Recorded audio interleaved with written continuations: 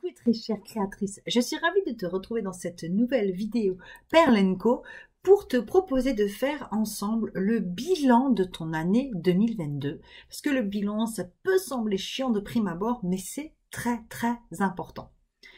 Alors, comme je le disais à l'instant même, le bilan, ça peut être un peu rédhibitoire, on peut avoir pas envie, pour plusieurs raisons, par peur de se rendre compte qu'on n'a pas atteint nos objectifs. Alors déjà, c'est pas grave, on a le droit de ne pas avoir atteint nos objectifs.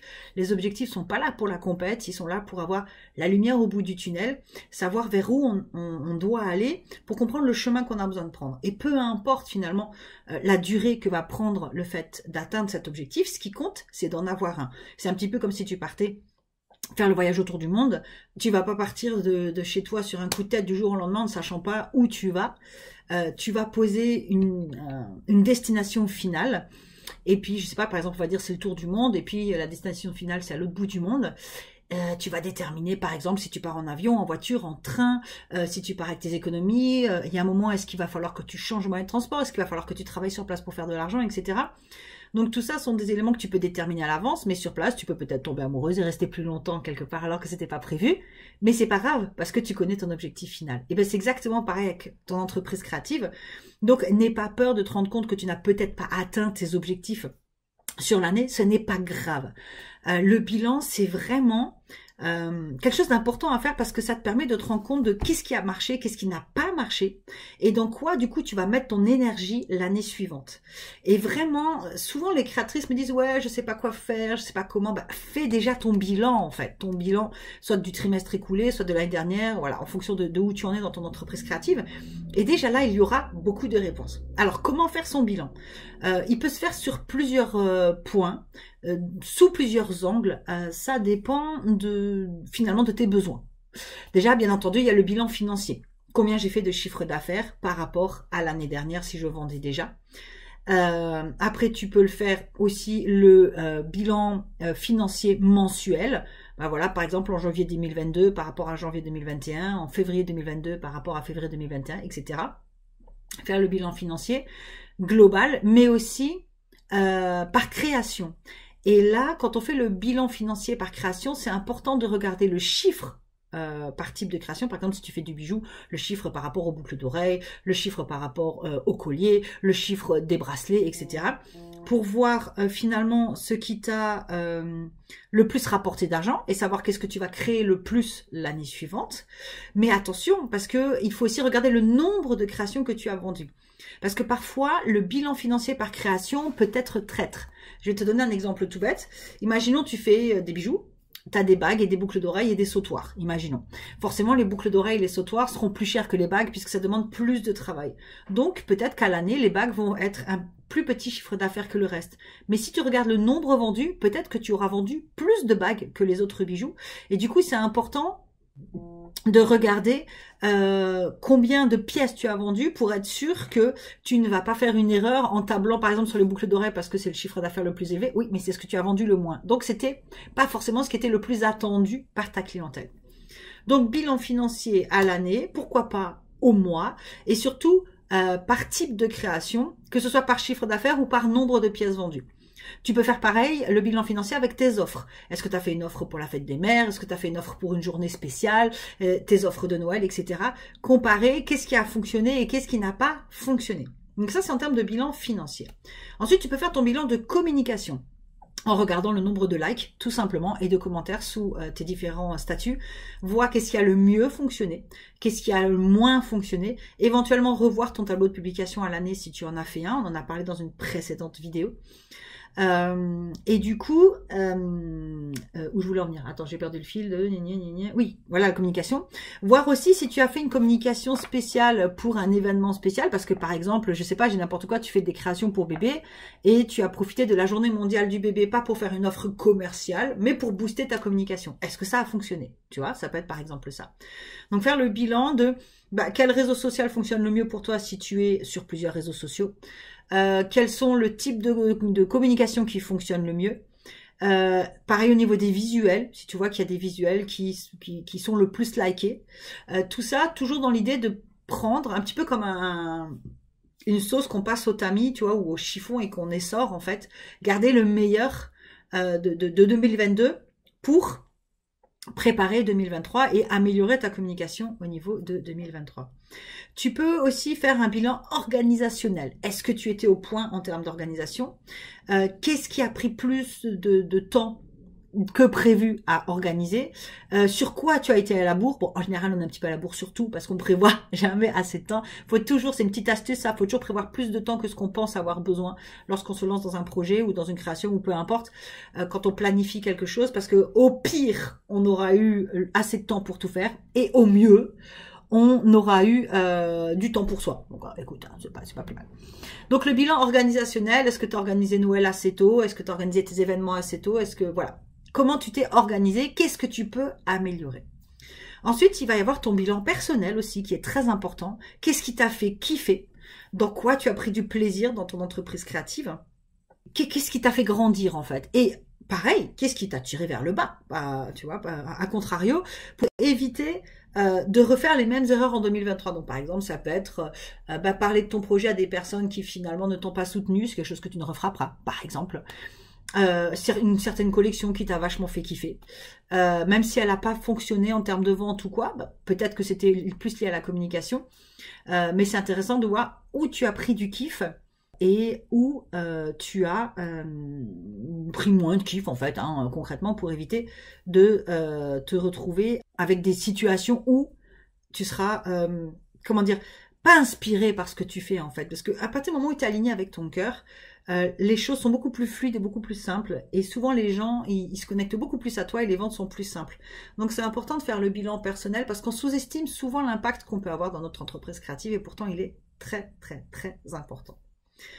Au-delà de ces piliers-là du bilan, il peut y avoir d'autres bilans, comme par exemple le bilan en termes de réglementation.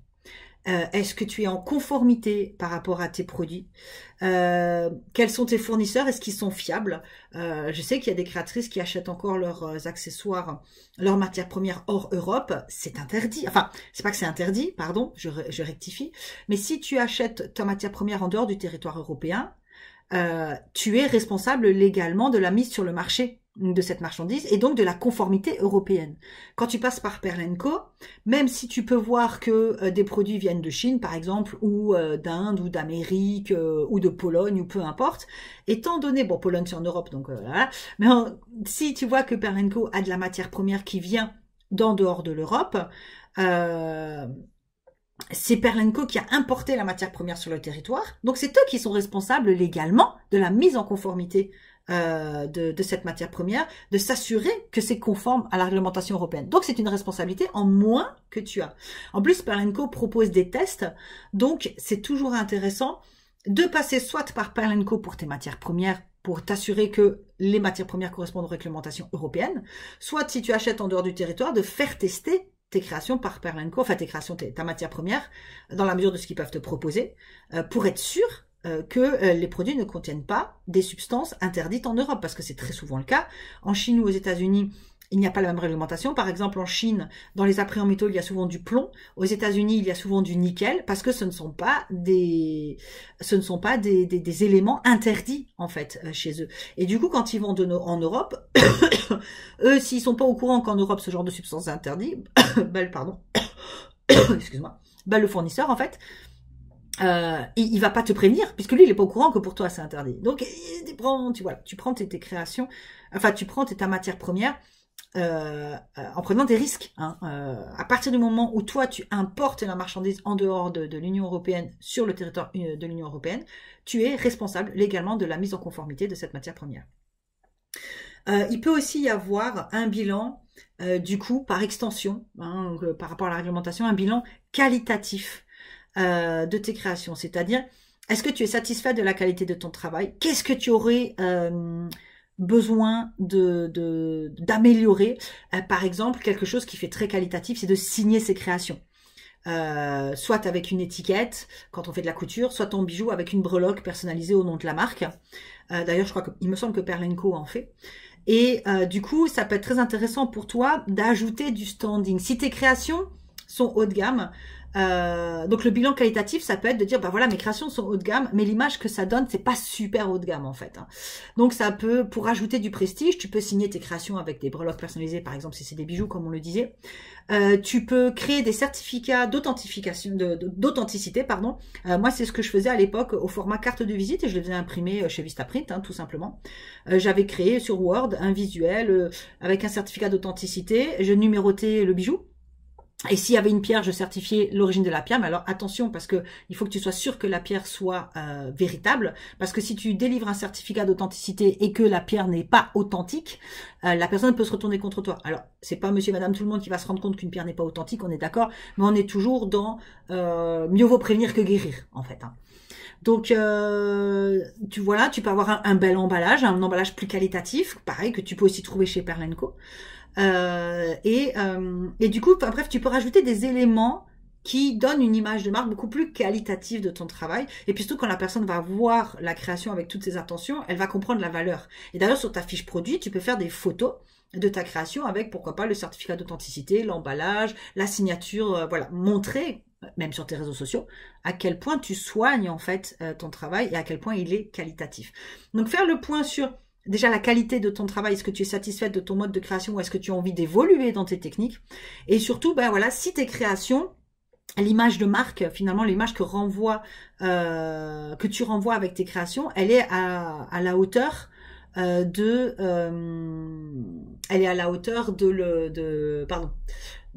la qualité de ton travail. Voilà, c'est ça que je voulais dire. Alors si des fois je fais c'est parce qu'en fait il y a tellement de choses à dire que cette fois-ci j'ai fait des petites notes et puis de temps en temps tu vois je regarde mon écran et du coup j'essaie de me souvenir de tout ce que je voulais te dire. Donc voilà, donc cette histoire de bilan, idéalement après derrière ce qui est intéressant c'est de mettre en place des choses en 2023 pour améliorer finalement ton entreprise créative ou tes créations ou toi comment tu te sens dans ton entreprise créative, les ventes forcément bien entendu, la communication, etc., etc. Il y a plein de petites choses que tu peux mettre en place. Par exemple, pour faire un petit peu plus de bénéfices, tu peux réduire les coûts de tes créations en achetant tes matières premières en gros. D'ailleurs, Pearl & Co ont une partie sur leur site dédiée à la vente au gros avec des prix dégressifs. Ça peut être super intéressant. En termes d'organisation, tu peux peut-être un petit peu plus anticiper. Moi, je conseille toujours de faire ces courses de matières premières à l'avance.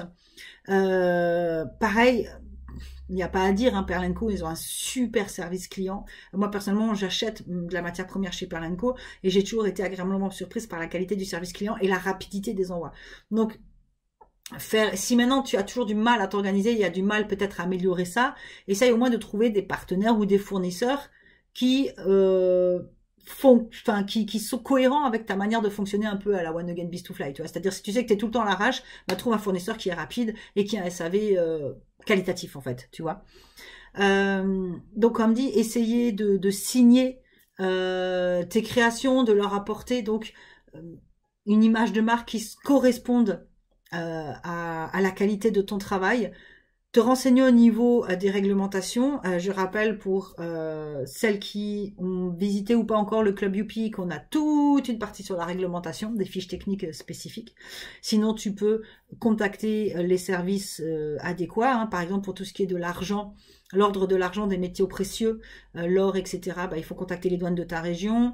Si tu utilises des pierres semi-précieuses, c'est le comité France Éclat, etc., etc. Il y a des organisations que tu peux contacter pour avoir des informations complémentaires à celles que tu peux éventuellement trouver en ligne ou chez Pearl & Co. Mais en tout cas, il y a beaucoup de choses que tu peux mettre en place pour améliorer 2023, mais forcément, je ne peux pas toutes les énumérer ici parce que ça dépend de ton bilan et de tes besoins. Donc, c'est très, très, très important de faire ton bilan. Alors, fais ton bilan et puis si tu en as envie, tu peux nous le partager en commentaire. Moi, je serais ravie de te lire et de te répondre. En attendant, je te souhaite une merveilleuse année 2023 et je te dis à très bientôt pour une nouvelle vidéo. Ciao!